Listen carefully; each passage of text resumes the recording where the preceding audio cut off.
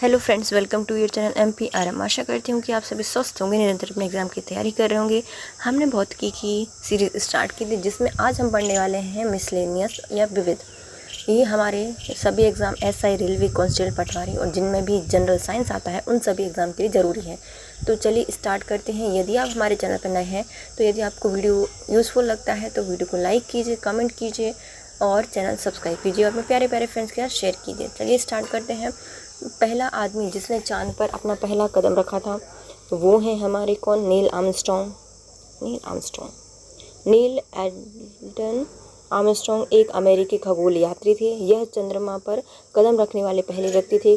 खगोल यात्री बनने से पहले ये नौसेना में थे। नील आर्मस्ट्रॉन्ग नासा के अपोलो 11 स्पेस मिशन में 1969 में चंद्र पर गए थे। फायर अलार्म में निम्नलिखित में से किसका प्रयोग किया जाता है? तो फायर अलार्म में किया जाता है फोटोसेल का प्रयोग किया जाता है। फायर अलार्म में फोटोसेल का उपयोग किया जाता है। स्वचालित फायर अलार्म सिस्टम का निर्माण दहन से जुड़े हुए पर्यावरणीय बदलाव पर निगरानी रखकर आग की अवांछित मौजूदगी का पता लगाने के लिए किया जाता है। अधिक ऊंचाई पर द्रवों का क्वथनांक होता है। अधिक ऊंचाई पर द्रवों का क्वथनांक घट जाता है। अधिक ऊंचाई के साथ द्रवों का क्वथनांक घट जाता है क्योंकि जैसे जैसे ऊंचाई बढ़ती है उसी अनुपात में वायुमंडलीय दाब घटता जाता है। अतः स्पष्ट है कि दबाव बढ़ने से द्रव का क्वथनांक बढ़ता है। दबाव बढ़ने पर बढ़ता है एवं दबाव कम होने पर द्रव का क्वथनांक घट जाता है। इसलिए मैदानी क्षेत्रों की अपेक्षा पहाड़ियों और अधिक ऊंचाई वाले क्षेत्रों में भोजन देरी से पकता है। निम्नलिखित में से कौन सा सम्मिलित नहीं है बताना है ना। पहले आती खोज और उनसे संबंधित वैज्ञानिक। इलेक्ट्रॉन की खोज जे थॉमसन ने की थी। प्रोटॉन की खोज ये गलत है, ये की गई थी रदरफोर्ड के द्वारा ही की गई थी, लेकिन उनके द्वारा नाम दिया गया था रदरफोर्ड के द्वारा और गोल्डस्टीन के द्वारा इसकी खोज की गई थी, है ना। एक्सरे की खोज WC रॉन्टन ने की थी। न्यूटन की खोज जेम्स चैडविक के द्वारा की गई थी। इलेक्ट्रॉन की खोज जे थॉमसन के द्वारा। प्रोटॉन की खोज गोल्डस्टीन या रदरफोर्ड के द्वारा।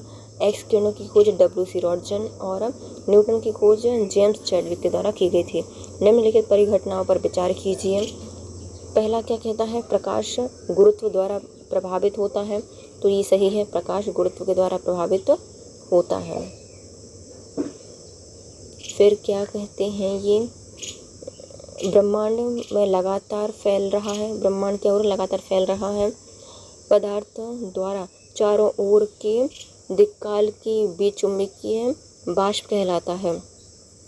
उपयुक्त में से अल्बर्ट आइंस्टीन के आपेक्षिकता के सामान्य सिद्धांत के भविष्य कथन है जिसकी समाचार के माध्यम से बताया गया है।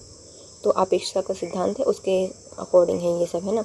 आइंस्टीन के सापेक्षता के सामान्य सिद्धांत के अनुसार जब प्रकाश न्यूटन तारे या ब्लैक होल जैसे विशालकाय पिंड से होकर गुजरता है तो उसकी ओर आकर्षित होता है। अतः कथन ए सही है। जबकि ब्रह्मांड लगातार फैल रहा है जिसका संबंध अमेरिकी खगोलविद हब्बल के सिद्धांत पर आधारित है, ना कि सापेक्षता के सिद्धांत पर। सही नहीं है बी, है ना, मतलब दूसरा तो सही नहीं है क्योंकि वह किसका है? हब्बल का सिद्धांत है, ना कि न्यूटन का। पदार्थ अपने चारों ओर के दिक्काल को विचुंबित या वाष्प करता है, यह सिद्धांत सापेक्षता के सिद्धांत के अनुसार सही है। भारत में सौर ऊर्जा उत्पादन के संदर्भ में नीचे दिए गए कथनों पर विचार कीजिए। सौर ऊर्जा से संबंधित उत्पादन। भारतीय प्रकाश वोल्टीय इकाई में प्रयोग में आने वाली सिलिकॉन वेपर्स का दुनिया में तीसरा सबसे बड़ा उत्पादक है, तो ये गलत है पहला। सौर ऊर्जा शुल्क का निर्धारण भारतीय सौर ऊर्जा निगम द्वारा किया जाता है, तो ये भी गलत है, ना एक ना दो। सौर वोल्टिक इकाई सोलर सेल फोटोवोल्टिक्स प्रभाव के द्वारा सूर्य या प्रकाश के किसी अन्य स्रोत से ऊर्जा प्राप्त करते हैं। पारंपरिक तौर पर सौर सेल सिलिकॉन के बनाए जाते हैं। उल्लेखनीय है कि वर्ष 2012 से 17 के आंकड़ों के अनुसार विश्व में सिलिकॉन उत्पादन में चीन शीर्ष स्थान पर है। इसके बाद रूस और संयुक्त राज्य अमेरिका और नॉर्वे का स्थान आता है। अतः कथन ए गलत हो जाएगा। देश में सौर ऊर्जा शुल्क का निर्धारण केंद्र और राज्य के संदर्भ में क्रमशः केंद्रीय विद्युत विनियामक आयोग और राज्य विद्युत नियामक आयोग द्वारा किया जाता है, ना कि सौर ऊर्जा निगम के द्वारा। आइंस्टीन को नोबेल प्राइज किस कार्य के लिए दिया गया था? प्रकाश विद्युत प्रभाव के लिए आइंस्टीन को नोबेल पुरस्कार दिया गया था। आइंस्टीन एक प्रसिद्ध भौतिकविद हैं जो कि सापेक्षता के सिद्धांत, द्रव्यमान ऊर्जा समीकरण E=mc² के लिए विख्यात हैं। इससे प्रकाश विद्युत उत्सर्जन की खोज के लिए वर्ष 1921 में नोबेल पुरस्कार दिया गया था। निम्नलिखित में से कौन सा आविष्कार विल्हेम्स रॉन्टजन के द्वारा किया गया था? तो एक्स किरणों की खोज मशीन रॉन्टजन के द्वारा बनाई गई थी। एक्स किरणों की खोज सर्वप्रथम विल्हेम रॉन्टजन के द्वारा 1895 में की गई थी, परंतु इसके बाद 1896 में H.L. स्मिथ ने एक्स रे मशीन निर्मित कर इसे औपचारिक रूप से पेश किया था। रेडियो की खोज 1890 में इटालियन वैज्ञानिक जी मार्कोनी ने की थी, जबकि बिजली के बल्ब की खोज थॉमस एडिसन के द्वारा किया गया था। निकट अतीत में हिग्स बोसॉन कण के अस्तित्व संसूचन के लिए किए गए प्रयत्न लगातार समाचारों में रहे हैं। इस कण की खोज का क्या महत्व है? तो इसके द्वारा यह हमें यह समझाने में मदद करता है कि मूल कणों की सहती क्या होती है। तो पहला सही है। निकट अतीत में हिग्स बोसॉन कण के अस्तित्व में संसूचन के लिए किए गए लगातार प्रयत्न चर्चित रहे हैं, क्योंकि ये हमें यह समझाने में सहायता करते हैं कि मूल कण में सहती क्यों होती हैं। हिग्स बोसॉन कण सामान्य नाम है किनका? तो ईश्वरीय कण या जो गॉड पार्टिकल्स होते हैं उनका। हिग्स बोसॉन एक मूल कण होते हैं जिनका प्रथम परिकल्पना 1964 में दी गई थी। इसका प्रायोगिक सत्यापन 14 मार्च 2013 को किया गया। हिग्स कणों को वैज्ञानिक समूह के बाहर एवं मीडिया द्वारा ईश्वरीय कण से संदर्भित किया जाता है। गॉड पार्टिकल क्या होते हैं? तो ये हिग्स बोसॉन कण होते हैं। CFL और LED लैंप में क्या अंतर होता है? जो CFL होती हैं वह प्रकाश उत्पन्न करने के लिए CFL पारा बाष्प और संदीप का प्रयोग करती हैं, संदीपक का, जबकि जो LED होती हैं वह लैंप अर्धचालक पदार्थों का प्रयोग करता है। और क्या करती हैं? LED की तुलना में CFL कम ऊर्जा सक्षम होती है। तो ये भी सही है। 1 और 3 सही है। पारा बाष्प से प्रकाश गुजार कर CFL में परावैगनी ताप उत्पन्न किया जाता है, जिससे लैंप के अंदर फास्फर कोटिंग से अवशोषित कर रोशनी उत्पन्न की जाती है। LED लैंप में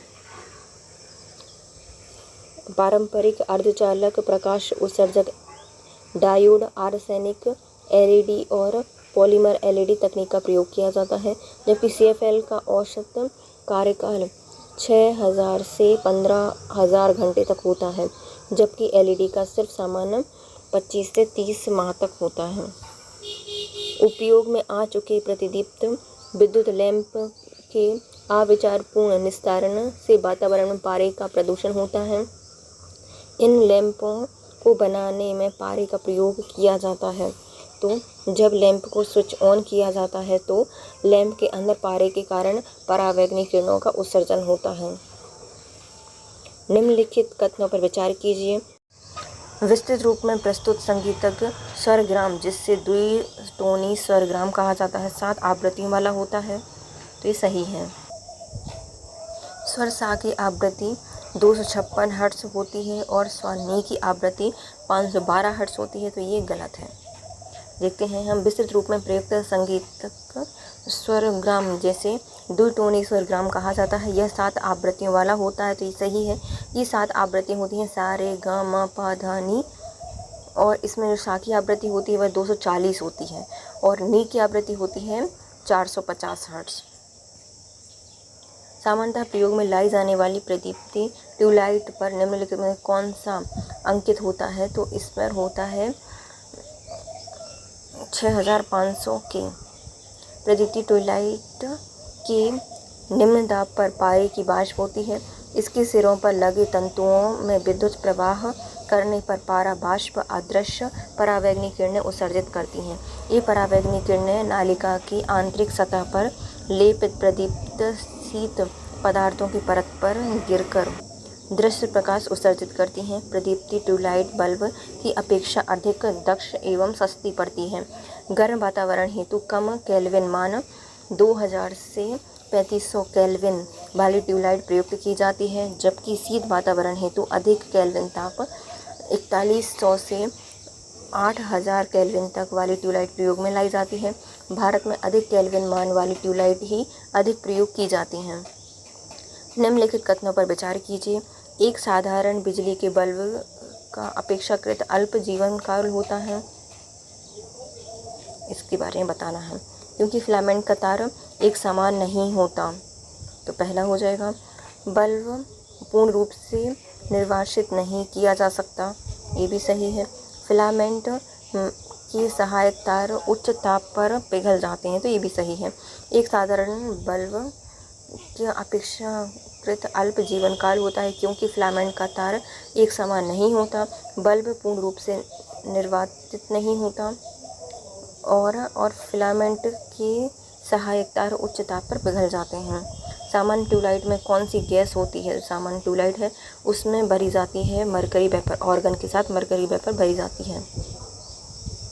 सामान्य ट्यूबलाइट में आर्गन के साथ मरकरी बाष्प भरी जाती है। ट्यूबलाइट की दीवारों पर प्रदीप्तिशील पदार्थों का लेप किया जाता है और दोनों किनारों पर बेरियम ऑक्साइड लेपित 2 तंतु लगे होते हैं, जिसमें धारा प्रवाहित होने पर गैस का आयनीकरण होता है और पारे द्वारा उत्पन्न परावैंगनिक किरणों को अवशोषित करके प्रदीप्तिशील पदार्थ निचली आवृत्ति के दृश्य प्रकाश का उत्सर्जन करता है।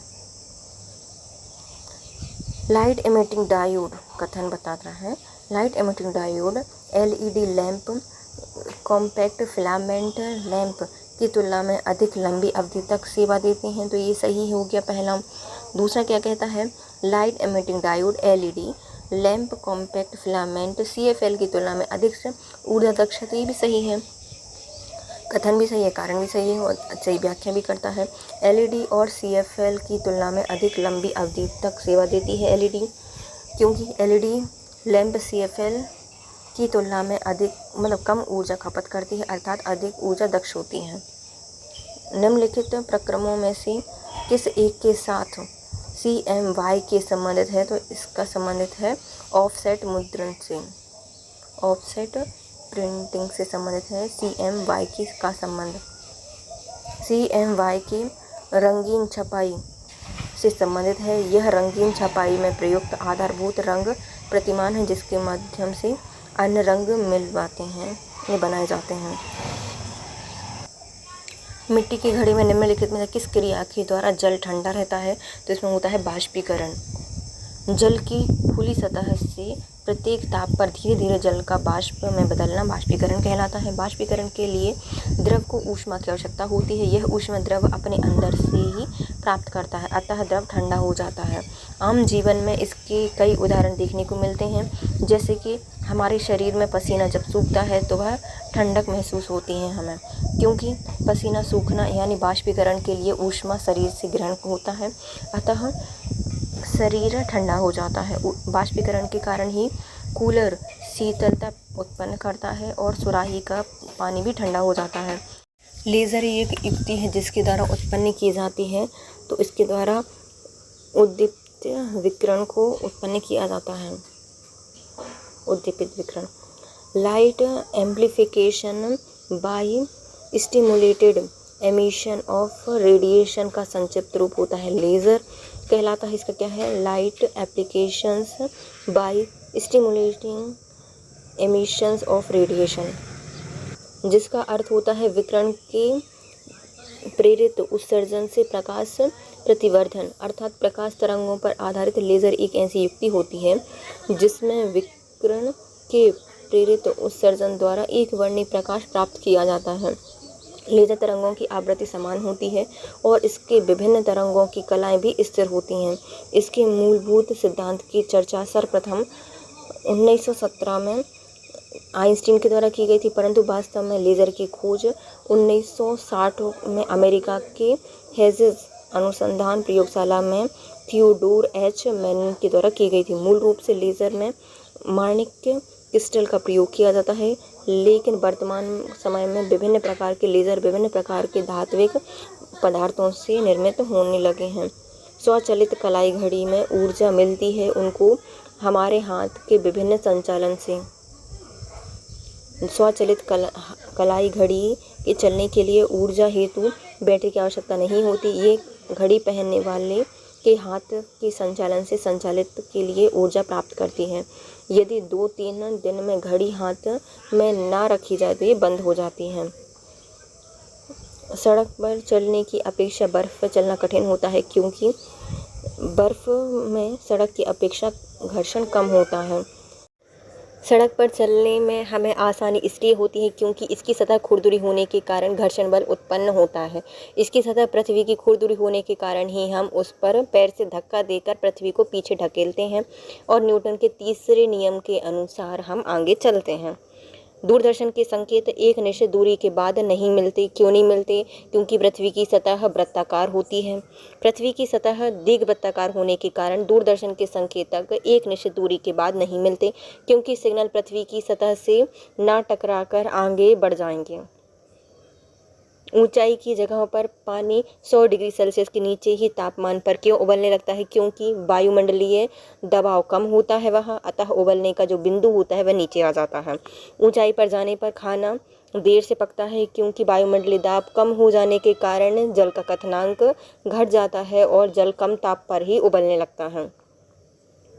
यदि एक जहाज नदी से समुद्र में प्रवेश करती है तो क्या होगा? तो वह ऊपर उठ जाएगा। नदी के जल की अपेक्षा समुद्र जल का घनत्व अधिक होता है, अतः समुद्र में जहाज जो जल विस्थापित करता है उसका ऊर्ध्व दबाव अधिक होता है और इससे जहाज ऊपर उठ जाता है। निम्नलिखित में से कौन प्रोटीन को विकृत नहीं करता? तो प्रोटीन को विकृत नहीं करता, अवरक्त किरणें नहीं करती। ऊष्मा कर देती है, एक्स-रे कर देती हैं और भारी धातु लवण कर देती हैं। ऊष्मा, एक्स किरणें, भारी धातु लवण आदि प्रोटॉन को विकृत कर देते हैं, जबकि जो अवरक्त किरणें होती हैं वह प्रोटॉन को विकृत नहीं करती। एक व्यक्ति एक संवेदनशील तराजू पर खड़ा है। यदि वह गहरी सांस अंदर लेता है तो तराजू की रीडिंग क्या होगी? तो उस रीडिंग पर कोई भी प्रभाव नहीं पड़ेगा।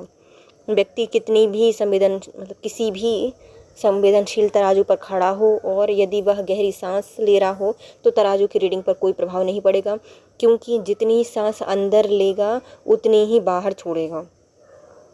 सूची 1 को सूची 2 से मिलानी है। ऊर्जा का रूपांतरण और उसका प्रक्रम है ना। ऊष्मा से विद्युत किस में बनती है? तो जो ऊष्मा से विद्युत बनेगी सौर सेल वगैरह में हो सकता है ना, सोलर सेल में। विद्युत से ध्वनि, ये तो लाउड स्पीकर होगा। द्रव्यमान से ऊष्मा नाभिक रिएक्टर में होगी। और रासायनिक से ऊष्मा या प्रकाश, तो ये जो हमारे विद्युत सेल वगैरह थे ना उनका होगा, है ना।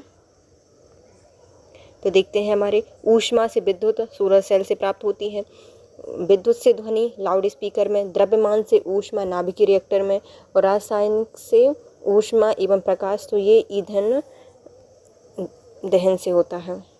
निम्नलिखित में से किसका भारत में ऊर्जा उत्पादन में सबसे ज़्यादा अंश है? सर्वाधिक अंश किसका होता है? ऊष्मीय ऊर्जा से होता है। भारत में ऊर्जा उत्पादन में सबसे ज़्यादा योगदान ऊष्मीय ऊर्जा का होता है। इसमें मुख्य रूप से जीवाश्म ईंधन जैसे कोयला मुख्य है। इसके अतिरिक्त पेट्रोलियम, प्राकृतिक गैसें भी हैं। भारत में गैर परंपरागत ऊर्जा का उत्पादन अभी कम मात्रा में ही होता है।